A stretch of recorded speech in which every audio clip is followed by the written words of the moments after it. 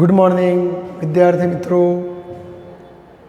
જો અગાઉના લેક્ચરમાં ધોરણ 12 ભૌતિક વિજ્ઞાન પાઠ 2ના વધારાના સ્વાધ્યાયના 3 દાખલા આપણે ગણાવેલા 2.12, 13 અને 14. આજે 2.15 જોઈએ. આપણે જોઈએ રકમ જુઓ શું કહે છે મિત્રો. અંદરની ત્રિજ્યા R1. તો જો મેં અહીં આકૃતિ દોરેલી જ છે કે ભાઈ આ એક ગોળો છે, પણ એની અંદરની ત્રિજ્યા R1 અને બહારની ત્રિજ્યા R2 ધરાવતો એક ગોળાકાર શું આ કવચ. જો કવચનો મતલબ પોલો, તો અંદરથી પોલો હોય, આટલા ભાગમાં દ્રવ્ય છે અને આ ભાગમાં પોલાણ છે, આવું કવચ. આ કવચ પરનો વિદ્યુત ભાર કેપિટલ ક્યુ છે ને મતલબ કે પહેલાંથી આ કવચ ઉપર ક્યુ વિદ્યુત ભાર છે, આટલું તમને આપેલું છે. તો હવે જો પહેલો પ્રશ્ન, કવચના કેન્દ્ર ઉપર સ્મોલ ક્યુ વિદ્યુત ભાર મૂકો. એટલે જો અત્યારે આ સપાટી ઉપર કેપિટલ ક્યુ વિદ્યુત ભાર તો છે જ ઓલરેડી, અંદર કોઈ વીજભાર નહોતો, પણ હવે કહેશે કવચના કેન્દ્ર ઉપર તમે સ્મોલ ક્યુ વિદ્યુત ભાર મૂકો. જો આ ધન વીજભાર મૂક્યો મેં, તો આવું પહેલાં તો શું ઘટના બને જુઓ. ખરેખર આ ધાતુ હોય મિત્રો, તો તમે જાણો છો કે ધાતુની અંદર અસંખ્ય પરમાણુ હોય અને દરેક પરમાણુમાં પ્લસ માઇનસ પ્રોટોન રૂપી ધન વીજભાર ન્યુક્લિયસમાં હોય અને કક્ષાઓમાં ફરતા ઇલેક્ટ્રોન રૂપી ઋણ વીજભાર જે ન્યુક્લિયસની બહાર હોય. માટે આનો નેટ વીજભાર તો 0 જ હતો. પેલો ધન વીજભાર અહીંયા હતો મૂકેલો સપાટી પર. હવે જેવો તમે અહીંયા ધન વીજભાર મૂકશો તો ધન ઋણને આકર્ષે, તો આ જેટલો પ્લસ ક્યુ છે એટલો જ માઇનસ ક્યુ અહીંયા સપાટી પર આવી જશે. તો આ બધા અંદરના ભાગમાંથી અહીં ઋણ વીજભાર આવી જશે મિત્રો. તો અંદરની સપાટી ઉપર માઇનસ ક્યુ વિદ્યુત ભાર પ્રેરિત થશે. પણ સામે તમે જુઓ કે આ બધો આ બાજુથી ઋણ અહીંયા આવે તો અહીંયા એટલો ધન ખુલ્લો થાય, તો અંદરની સપાટી ઉપર અહીંયા આ સપાટી આગળ એટલો જ પ્લસ ક્યુ વિદ્યુત ભાર પ્રેરિત થાય. તો જો આપણે આવું કહીશું કે કવચના કેન્દ્ર પર ક્યુ વિદ્યુત ભાર મૂકતો કવચની અંદરની સપાટી પર માઇનસ ક્યુ વિદ્યુત ભાર પ્રેરિત થશે અને બહારની સપાટી પર પ્લસ ક્યુ વિદ્યુત ભાર પ્રેરિત થશે. કારણ કે અહીંથી ઇલેક્ટ્રોન અહીં ચાલ્યા જ હોય તો અહીં માઇનસ ક્યુ આવે ને અહીંયા એટલો જ પ્લસ ક્યુ આવે.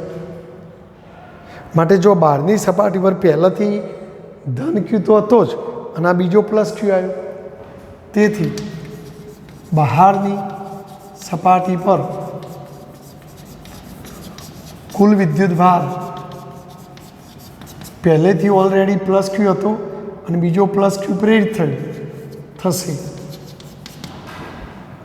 જ્યારે અંદરની સપાટી પર માઇનસ ક્યુ અને બહારની સપાટી પર ક્યુ પ્લસ ક્યુ થશે.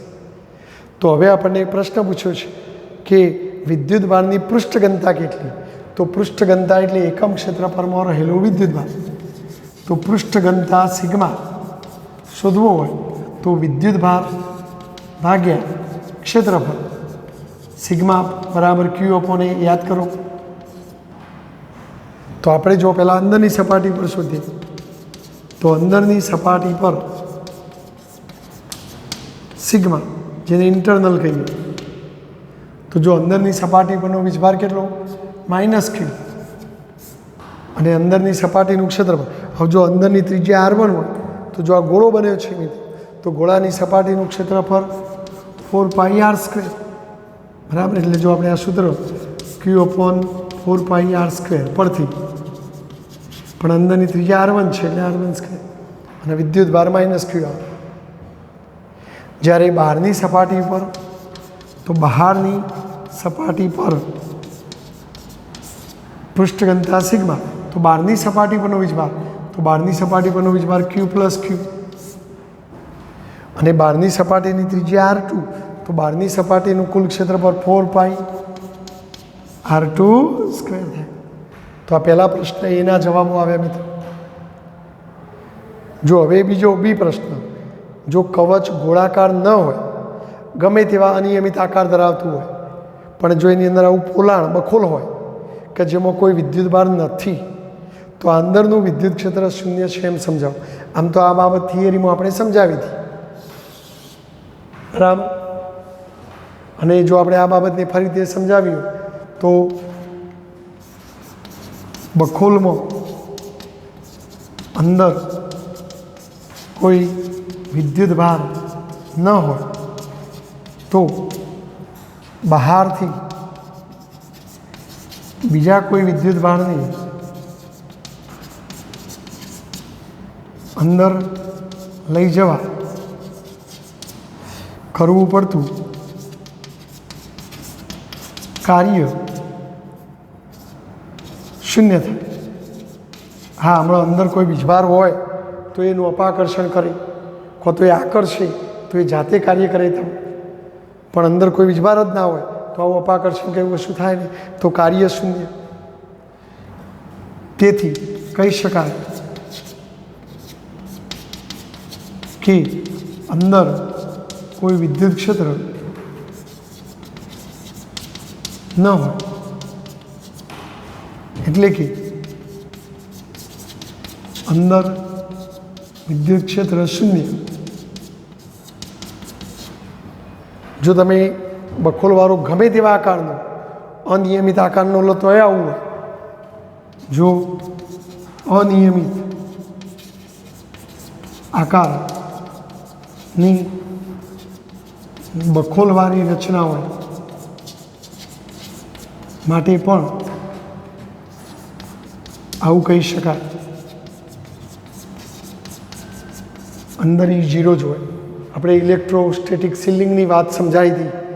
કારમાં બેસી જઈને બારી બારણો બંધ કરી દઈએ તો વીજળી પડે તો પણ અંદર નથી આવી શકતી, કારણ કે અંદર વિદ્યુત ક્ષેત્ર શૂન્ય હોય છે. તો ચાલો સ્ક્રીનશોટ લઈ અને લખી દેજો મિત્રો.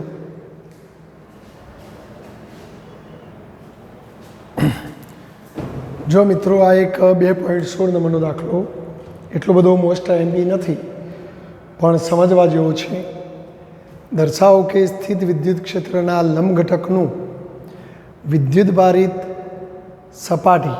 તો દાખલા તરીકે આપણે અહીંયા કોઈ સપાટીની કલ્પના કરીએ. ધારો કે એક સમતલ સપાટી છે મિત્રો, એક કાગળ જેવી કે કોઈ લાકડાના પાટિયા ટાઈપની પણ વિદ્યુતભાર સમતલ સપાટી છે. અને આપણે જાણીએ છીએ કે આ સપાટીનું વિદ્યુત ક્ષેત્ર તમે થિયરીમાં પણ ભણી ગયા કે વિદ્યુતભારિત સમતલ પ્લેટ વડે મળતું વિદ્યુત ક્ષેત્ર કયા સૂત્રથી શોધાય? σ/2ε0 હોય. હજુ આપણે પ્લેટની બે બાજુ, એક ને એક બે, તો આ બાજુને હું એક બાજુ કહું, આ બાજુને બીજી બાજુ કહું. જો આમ વાત કરીએ આ દિશામાં તો એક બાજુથી બીજી બાજુ કહેવાય, અને આ બાજુ વાત કરીએ તો બીજીથી પહેલી બાજુ તરફ. ધારો કે આપણે આ સપાટીની લંબ દિશામાંનો એકમ સદિશ n કેરેટ દોરીએ, તો પછી આ બાજુની સપાટીની લંબ દિશામાંનો એકમ સદિશ એનાથી તદ્દન ઊંધો થાય, -n કેરેટ થાય. તો આપણે આવું કહી શકીએ કે એક બાજુનો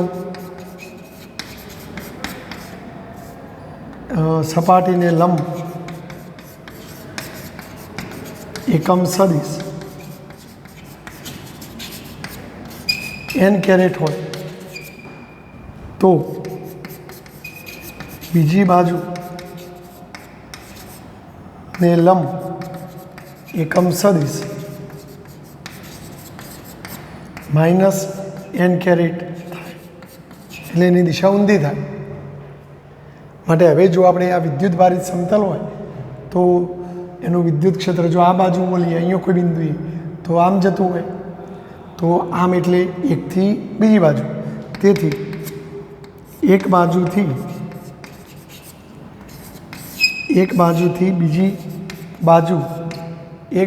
બીજી બાજુ તરફ નું વિદ્યુત ક્ષેત્ર જો આ બીજી બાજુ તરફનું એટલે આપણે એને E2 કહીએ તો E2 સદિશ સ્વરૂપમાં લખીએ તો એનું મૂલ્ય σ/2ε0 ઇન્ટુ n કેરેટ હોય. પણ એ જ વિદ્યુતભારને કારણે આ બાજુથી આ બાજુ કહીએ તો બીજી બાજુથી પહેલી બાજુ તરફ નું વિદ્યુત ક્ષેત્ર તો જો સમતલ પૃષ્ઠ વડે મળતું વિદ્યુત ક્ષેત્ર તો એટલું નહીં એટલું જ હોય. પણ જો આ બાજુ કહીએ તો દિશા આમ આવે તો આમ આવે એટલે -n કેરેટ. તો આને પહેલી બાજુ તરફનું વિદ્યુત ક્ષેત્ર કહીએ. તેથી કોઈ એક જ બાજુ તરફનું તેથી એક જ બાજુ તરફનું વિદ્યુત ક્ષેત્ર જો બે પરસ્પર વિરુદ્ધ હોય તો એક જ બાજુનું શોધવું હોય તો એકમાંથી બીજું બાદ કરવું પડે. તો એક જ બાજુ તરફનું વિદ્યુત ક્ષેત્ર તો ધારો કે આપણે આ રીતે લખીએ E2 - E1 બે પરસ્પર વિરુદ્ધ હોય તો આ રીતે તો અહીંયા શું થશે મિત્રો જો E2ની કિંમત σ/2ε0 n કેરેટ માઇનસ પહેલાંની કિંમત σ/2ε0 -n કેરેટ માટે માઇનસ માઇનસ પ્લસ પ્લસ થઈ જાય એટલે 2 વખત σ/2ε0 2 વખત σ/2ε0 n કેરેટ બગડો જતો રહે તો σ/2ε0 n કેરેટ. તો આમ કોઈ એક જ બાજુ તરફનું વિદ્યુત ક્ષેત્ર આવું થઈ જાય મિત્રો. તો આપણે જે સાબિત કરવાનું હતું કે E2 - E1 into n caret બરાબર σ/2 ε0 આ મૂલ્ય બતાવે છે. એટલે જો આ પરિણામી વિદ્યુત ક્ષેત્રનું મૂલ્ય કહે તો σ/ε0 આવે બરાબર. તો આ રીતે આપણે જવાબ લઈ શકીએ n કેરેટ દ્વારા અપાય છે. તો આ અસતતપણું આ રીતે અપાય એવું સાબિત થાય બરાબર. જો સુવાહક જાડો હોય તો અંદરના વિસ્તારમાં તો આપણે થિયરી ભણી ગયા કે અંદરના વિસ્તારમાં વિદ્યુત ક્ષેત્ર શૂન્ય હોય માટે આ બાજુ જો વીજભાર હોય તો એના કારણે અંદર થઈને આમ જતું વિદ્યુત ક્ષેત્ર શૂન્ય બતાવાય, ખાલી આ બાજુ જ વાળું રહે. એટલે આપણે જો આવી વાત લખીએ મિત્રો એટલે આટલા સુધી સ્ક્રીનશોટ લઈ લેજો. પછી અહીંથી હું આગળ આમ જાઉં છું કે પરંતુ વાહકની અંદરના વિસ્તારમાં વિદ્યુત ક્ષેત્ર શૂન્ય. એટલે આપણે આવું કોઈ વાહક વિચારીએ મિત્રો ધ્યાન રાખજો. જો અહીંયા વિદ્યુત ભાર હોય તો જો આનું વિદ્યુત ક્ષેત્ર આમ હોય અને એના જ કારણે આ બાજુ આપણે આમ વિચારીએ એટલે એના કારણે અસતત જવામાં આવ્યો. પણ આમ જતું વિદ્યુત ક્ષેત્ર જો અંદરનો વિસ્તારમાં 0 લઈ લઈએ, ખાલી એક જ બાજુનું શોધવું હોય તો વાહકની અંદરના વિસ્તારમાં વિદ્યુત ક્ષેત્ર શૂન્ય હોય. તેથી E1 બરાબર 0. તો પછી E1 0 મૂકો તો તેથી એક જ બાજુ બહારના વિસ્તારમાં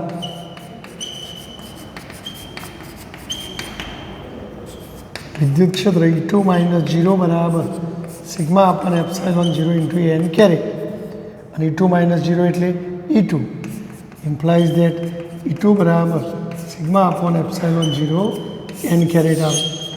તો આમ કહે છે કે જો આ ઉપરથી દર્શાવો કે સુવાહકની તરતનું બહારનું બિંદુ આ બાજુ ના જો બહારનું તરતનું બિંદુ તો એ બિંદુએ વિદ્યુત ક્ષેત્ર આટલું, કારણ કે વાહકની અંદરના વિસ્તારમાં વિદ્યુત ક્ષેત્ર આપણે લઈ શકતા નથી. એટલે આ રીતે તમારે સમજાવો. એટલે લખ્યા પછી આ લખી દેજો. ચલો સ્ક્રીનશોટ લઈને લખી દો. પછી આપણે બીનો જવાબ જોઈએ મિત્રો. જો મિત્રો બી દાખલો દર્શાવો કે સ્થિત વિદ્યુત ક્ષેત્રનો સ્પર્શીય ઘટક એટલે સ્પર્શકની દિશામાંનો ઘટક. જો વિદ્યુત ક્ષેત્ર ત્રોસું હોય મિત્રો, ધારો કે કોઈ વિદ્યુત ક્ષેત્ર આમ ત્રોસું હોય તો જો આપણે એના બે ઘટકો પાડી શકીએ. ધારો કે કોઈ આ સપાટી હોય મિત્રો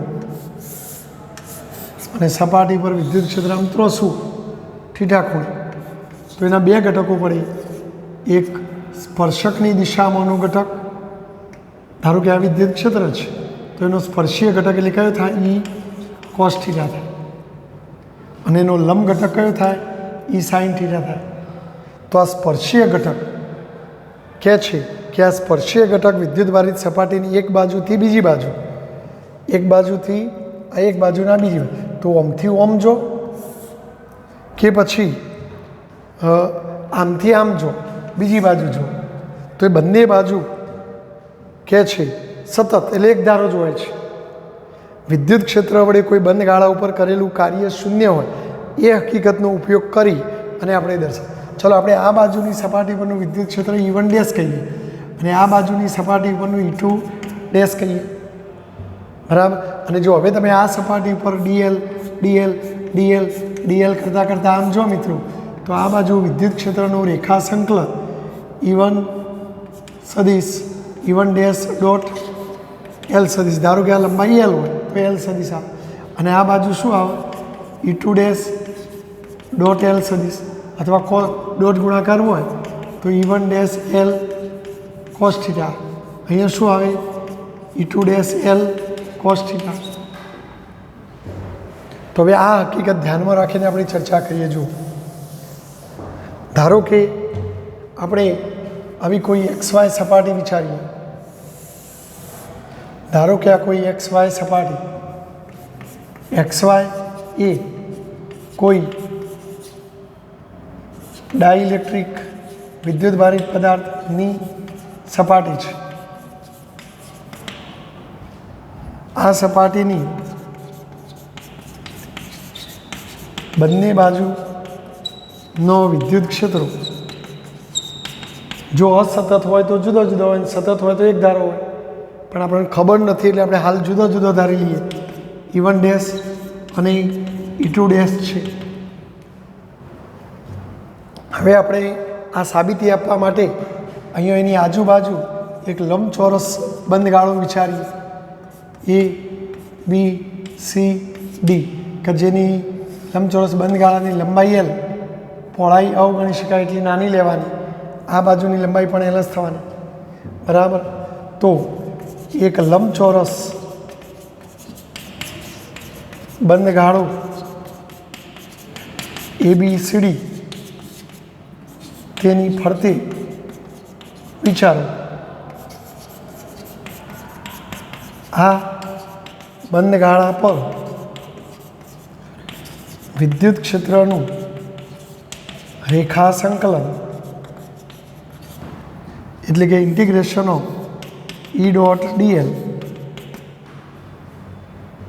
હવે સમગ્ર બંધ માર્ગ ઉપરનું, તો જો A થી B ઉપરનું, તો A થી B ઉપરનું વિદ્યુત ક્ષેત્રનું રેખા સંકલન, તો આ એક સપાટી બાજુ વિદ્યુત ક્ષેત્ર E1 હોય તો અહીંયા E1 આવે ડોટ લંબાઈ L છે તો L આવશે. હવે જો આ અહીંયા વિદ્યુત ક્ષેત્ર સપાટીને તમે આમ વિચારો, જો આપણે વિદ્યુત ક્ષેત્રનો સ્પર્શીય ઘટક જ લેવાનું છે તો જો વિદ્યુત ક્ષેત્રનો સ્પર્શીય ઘટક સપાટીને સમાંતર, અને અહીંયા જો તમે પેલું ડીએલ ડીએલ ડીએલ કરો તો આ વિદ્યુત ક્ષેત્રના સ્પર્શીય ઘટક અને ડીએલ વચ્ચેનો ખૂણો 90 થાય અને કોસ 90 0, એટલે તેઓ વાસ્તવમાં તમે જો મિત્રો E ડોટ ડીએલ બરાબર શું થાય? E DL cos theta. તો જો અહીંયા A થી B સુધી ડીએલ ડીએલ ડીએલ ડીએલ તમે કરો તો જો આ ડીએલ એ આમ અને વિદ્યુત ક્ષેત્ર એ આમ સપાટીને સમાંતર સ્પર્શીય, તો બંને વચ્ચેનો ખૂણો 0 અને કોસ 0 1 થાય, એટલે E ઇન્ટુ ડીએલ જ આવે. એટલે આપણે પહેલી બાજુ E1 અને લંબાઈ L તો E1 L આવે, પણ E1 જગ્યાએ આપણે E1 ડેશ, કારણ કે એક બાજુ E1 ડેશ. પછી જો આ જગ્યાએ શું થવાનું? તમે ડીએલ ડીએલ આમ લેવાના, પણ જો વિદ્યુત ક્ષેત્ર સ્પર્શીય ઘટકનું વિચારવાનું છે તો એ આમ અને ડીએલ આમ, બંને વચ્ચેનો ખૂણો 90 તો કોસ 90 0 થઈ જાય. પછી જો આની બાબત તો અહીંયા ડીએલ ડીએલ આમ થાય, તો જો અહીં ડીએલ ડીએલ આમ અને વિદ્યુત ક્ષેત્ર સ્પર્શીય ઘટક આમ, તો આ બે પરસ્પર વિરુદ્ધ, તો 180 ખૂણો થાય, તો cos 180 તો -1, તો એ શું થવાનું માઇનસ, પણ આ બાજુનું વિદ્યુત ક્ષેત્ર E2 ડેશ અને dl સંકલન કરો એટલે L થઈ જાય. પણ જો પાછું અહીંયા આમથી આમ જો તો આ dl આમ આવશે અને વિદ્યુત ક્ષેત્ર આપણે સ્પર્શીય લેવાનું છે સપાટીને સમાંતર, તો ખૂણો 90 અને cos 90 0 થાય એટલે 0 આવે. તો આ સમગ્ર બંધ માર્ગ ઉપરનું કુલ રેખા સંકલન આવું આવશે. પણ રકમ એવું કહે છે કે બંધ માર્ગ ઉપર કરેલું કુલ કાર્ય 0 હોય, કારણ કે રેખા સંકલન એ કાર્ય બતાવો તો એ 0. તો 0 બરાબર E1 dash L minus E2 dash L. ચલો એકને આ બાદ લાવી દો, તો E2 ડેશ L બરાબર E1 ડેશ L L ઉડી જાય, તો E2 ડેશ બરાબર E1 ડેશ. તો જો આ તો સરખું જ આવ્યું મિત્રો, તો એનો મતલબ સ્પર્શીય ઘટક તો બે બાજુ કેવો હોય, સમાન હોય. એટલે એક બાજુથી બીજી બાજુ જો કે બીજી બાજુથી પહેલી બાજુ જો, આ સ્પર્શીય ઘટક તો સમાન જ હોય. આમ સ્થિત વિદ્યુત ક્ષેત્રનો સ્પર્શીય ઘટક,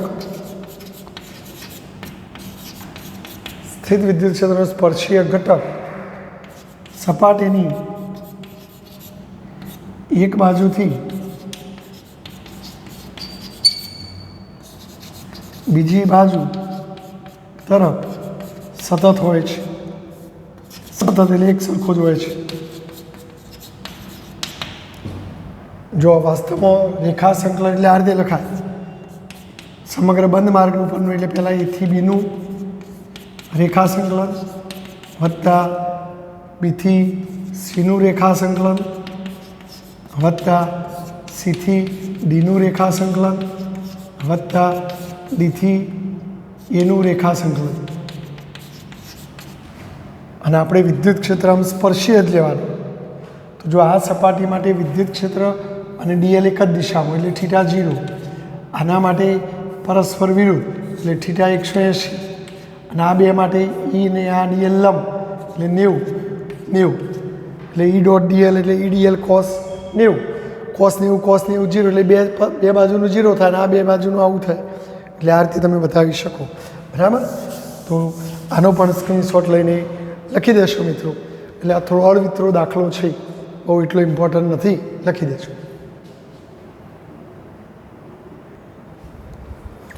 જો મિત્રો 2.17 નંબરનો વધારાનો દાખલો, રેખીય વિદ્યુતભાર ઘનતા લેમડા ધરાવતો એક લોબો નળાકાર. તો જો આ એક લોબો નળાકાર છે જેની વિદ્યુતભારની રેખીય ઘનતા લેમડા છે. હવે એની ફરતે એક પોલો, તો જો એની આજુબાજુ એક પોલો નળાકાર છે, સમઅક્ષીય એટલે બંનેની અક્ષો એકબીજા ઉપર સંપાત થાય છે. તો એક ધારો કે એક સળિયા જેવો નળાકાર લો અને એની આજુબાજુ એક ગ્લાસ જેવો પોલો નળાકાર લો, તો એ બંનેની અક્ષો સમઅક્ષીય બને એવો એક સુવાહક નળાકાર વડે સળિયો ઘેરાયેલો છે. તો આ બે નળાકાર, આ અંદરનું ને આ બહારનું, એની વચ્ચેનો અવકાશ એટલે આ વચ્ચેની ખાલી જગ્યા, એ અવકાશમાં વિદ્યુત ક્ષેત્ર કેટલું. દાખલા તરીકે આ વચ્ચેના અવકાશમાં અક્ષથી r અંતરે આપણે વિદ્યુત ક્ષેત્ર શોધવું છે. આમ તો આપણે પહેલા પાઠમાં થિયરી ભણાવી દીધેલી છે. જો આ r અંતરે વિદ્યુત ક્ષેત્ર શોધવું હોય તો આરમાંથી પસાર થતું હોય તેવું એક ગાઉસિયન પૃષ્ઠની કલ્પના કરો. ધારો કે આપણે આવું એક ગાઉસિયન પૃષ્ઠની કલ્પના કરીએ મિત્રો, r ત્રિજ્યાવાળું એક નળાકાર ગાઉસિયન પૃષ્ઠ દોરીએ. તો આ જે દોર્યું મેં ગાઉસિયન પૃષ્ઠ, જો આપણે એ ગાઉસિયન પૃષ્ઠની લંબાઈ કેપિટલ L છે, આના જેટલી છે, તો જો આપણે આવું કહીએ ભાઈ આ જે આજુબાજુનો પોલો નળાકાર છે એની અંદરની ત્રિજ્યા કંઈક ધારી લઈએ એ અને બહારની બી, તો આજુબાજુના પોલા નળાકારની અંદરની ત્રિજ્યા સ્મોલ એ તથા બહારની ત્રિજ્યા સ્મોલ બી છે. ધારો કે આજે આ બાજુનો નળાકાર દોર્યો તમે, એની અંદરની ત્રિજ્યા સ્મોલ એ આ સપાટીની, અને આ બહારની સપાટીની સ્મોલ બી છે. બરાબર. હવે બંને નળાકાર વચ્ચે ઘેરાયેલા અવકાશમાં આ અક્ષથી આર અંતરે અક્ષથી આર અંતરે આવેલા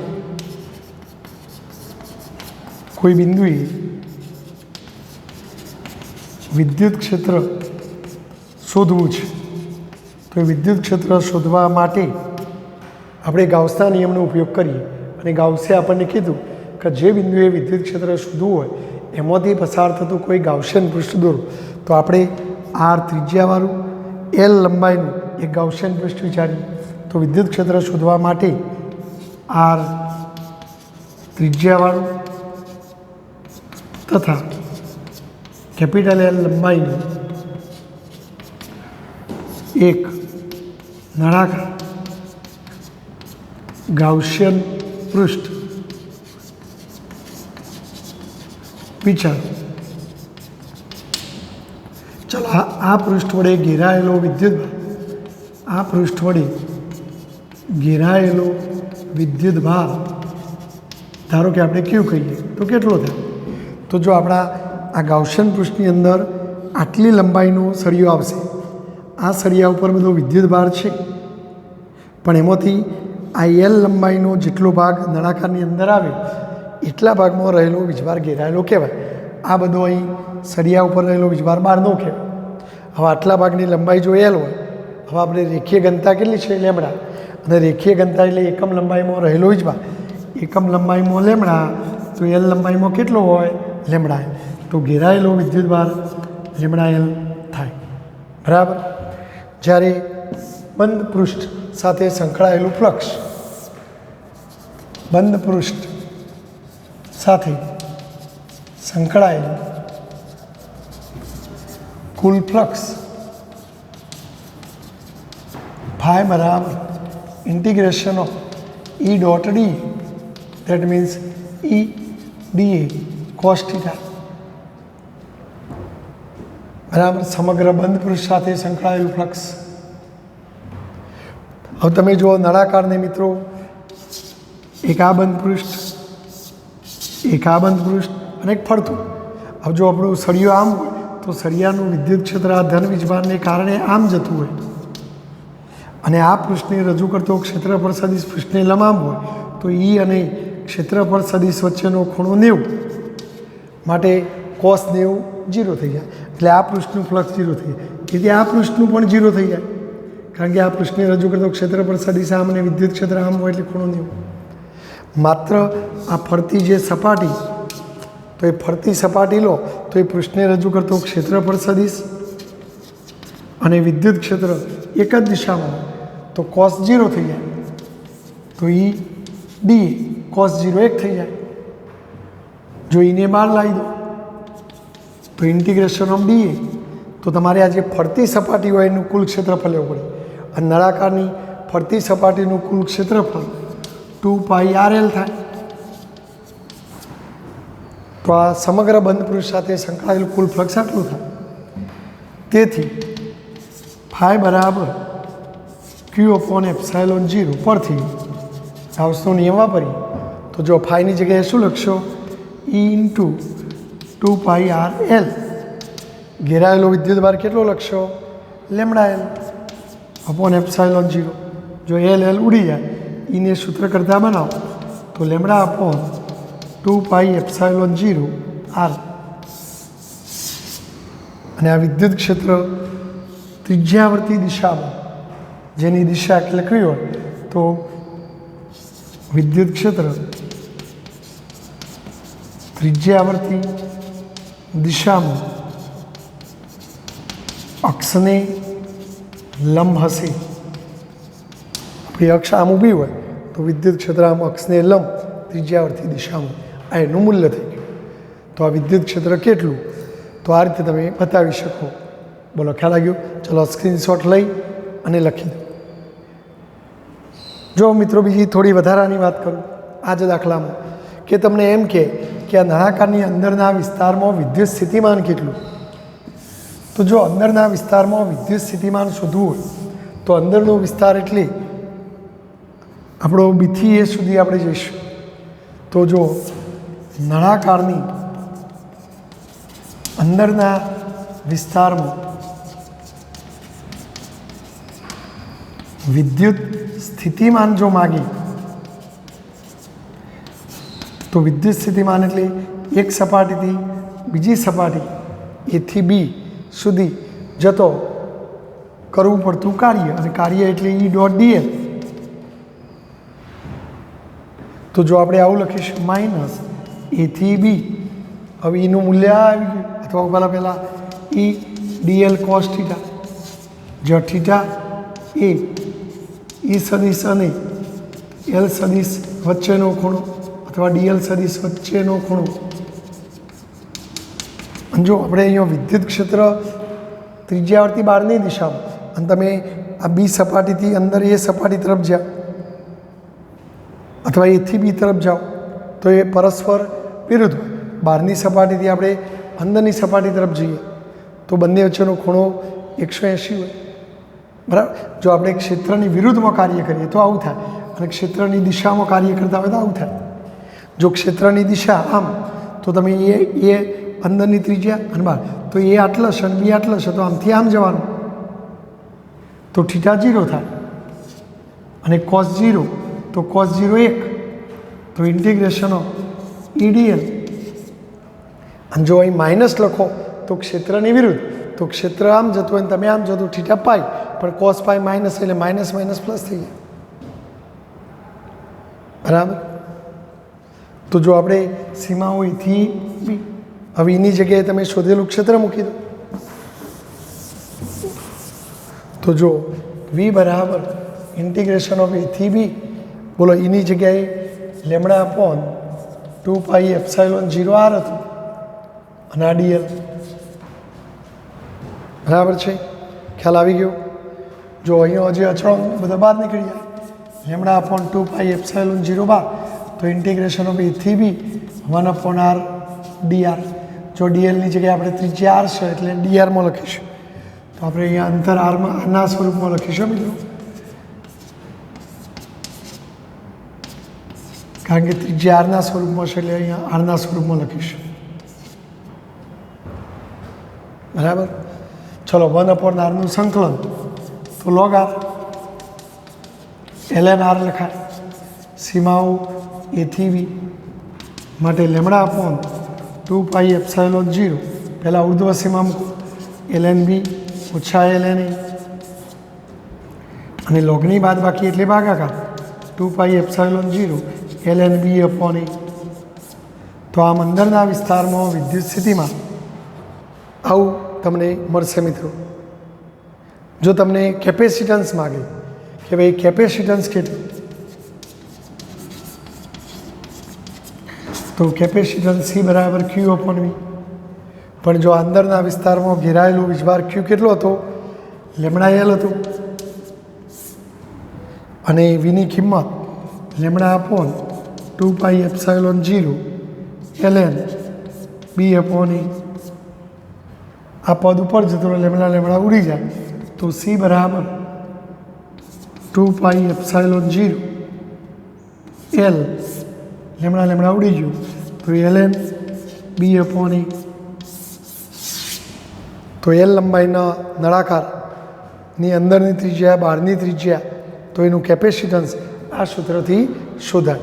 તો આ મેં વધારાની તમને થોડી માહિતી આપી મિત્રો, એટલે નીટવાળા જે ડબલઈવાળા આ સીધો સૂત્રોથી ગણતરીઓ કરી શકે. તમને નળાકારની અંદરની ત્રિજ્યા એ, બહારની ત્રિજ્યા બી આપેલી હોય, રેખીય ઘનતા લેમડા આપેલી હોય, તો વિદ્યુત સ્થિતિમાન કહેતો આ આવે, કેપેસિટન્સ કહેતો આ આવે. તો આ લખી કાઢજો મિત્રો.